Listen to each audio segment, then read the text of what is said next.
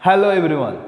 अगर प्रकाश के नज़रिए से हम देखते हैं तो वस्तु दो प्रकार की होती है, एक प्रदीप्त और दूसरा अप्रदीप्त।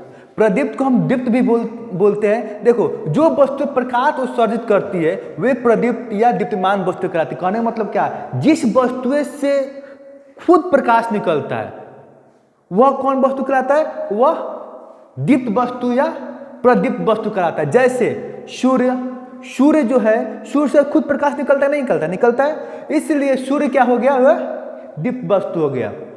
बिजली का जलता बल्ब, यहाँ पे अगर बिजली का जलता बल्ब बोला जाए तो वो दीप्त हो गया।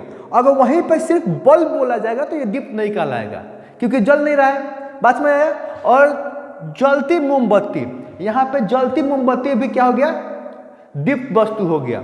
यहाँ पे अदीप्त या प्रदीप्त की बात किया जाएगा तो वैसी वस्तुएं जो खुद प्रकाश उत्सर्जित नहीं करती है। देख, कहने का मतलब क्या कि जो वस्तुएं अपना प्रकाश उत्सर्जित नहीं करते हुए अप्रदीप्त वस्तुएं या अदीप्त वस्तुएं कहलाती है।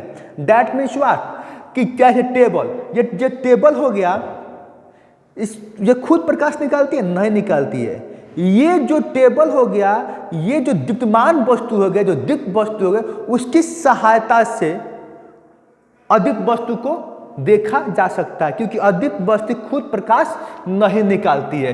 कुर्सी हो गया, पुस्तक हो गया, पौधे आदि, ठीक ना। जब किसी प्रदीप्त वस्तु से निकला प्रकाश किसी अप्रदीप्त वस्तु से टकरा कर हमारी आंखों तक पहुंचता है, तभी हम उस पर अप्रदीप्त वस्तु को देख सकते हैं। ठीक है, क्वेश्चन आ सकता है ये कि सर, अगर आप बोल लेते हैं कि सर प्रकाश से ही किसी वस्तु को देखते हैं, तो जो अप्रदीप्त वस्तु है वो तो सर प्रकाश नहीं निकालता है, तो कैसे वस्तु को हम लोग देख सकते हैं? तो उसके लिए क्या होता है, ध्यान दो क्या लिखा है। जब किसी प्रदीप्त वस्तु से निकला प्रकाश की किरण किसी अप्रदीप्त वस्तु से टकराकर हमारी आंखों तक पहुंचता है, तभी हम उन पर अप्रदीप्त वस्तु को देख सकते हैं। यानी दैट मीन्स व्हाट, अगर कोई वस्तु है दीप्त वस्तु, जैसे जलता हुआ बल्ब जल रहा है, तो क्या उससे जो प्रकाश निकल रहा है वह किसी वस्तु से टकरा रहा है, किसी दीप्त वस्तु से टकरा गया और टकरा कर हमारे आंखों तक पहुंचता है, तभी वह वस्तु दिखाई देता है। समझे?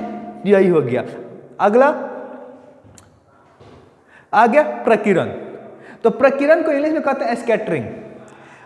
जैसे तारों का टिमटिमाना क्या हो गया, वो ये प्रकीर्णन का, ये जो क्वेश्चन आ सकता है कि तारों का टिमटिमाना ये कौन सा, तो ये जो हो गया ये प्रकीर्णन द्वारा होता है। प्रकीर्णन होता क्या है, तो प्रकीर्णन प्रकाश जब सूक्ष्म कणों पर पड़ता है तो वे कण उन पर पड़ने वाले प्रकाश की कुछ ऊर्जा को अवशोषित यानी एब्जॉर्ब कर लेते हैं, फिर उसे चारों ओर विकृत करते हैं। विकृत का मतलब फैला देते हैं। इस प्रक्रिया को प्रकीर्णन कहा जाता है। दैट मीन्स व्हाट, ध्यान दो यहाँ पे, जैसे सूर्य तारे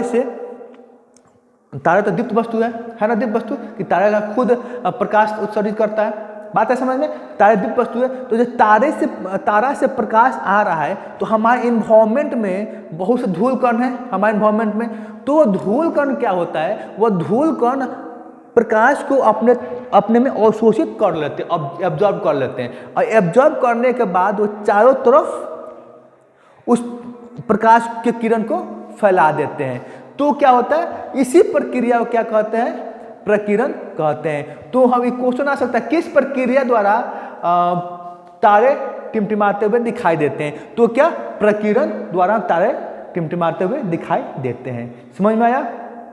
थैंक यू।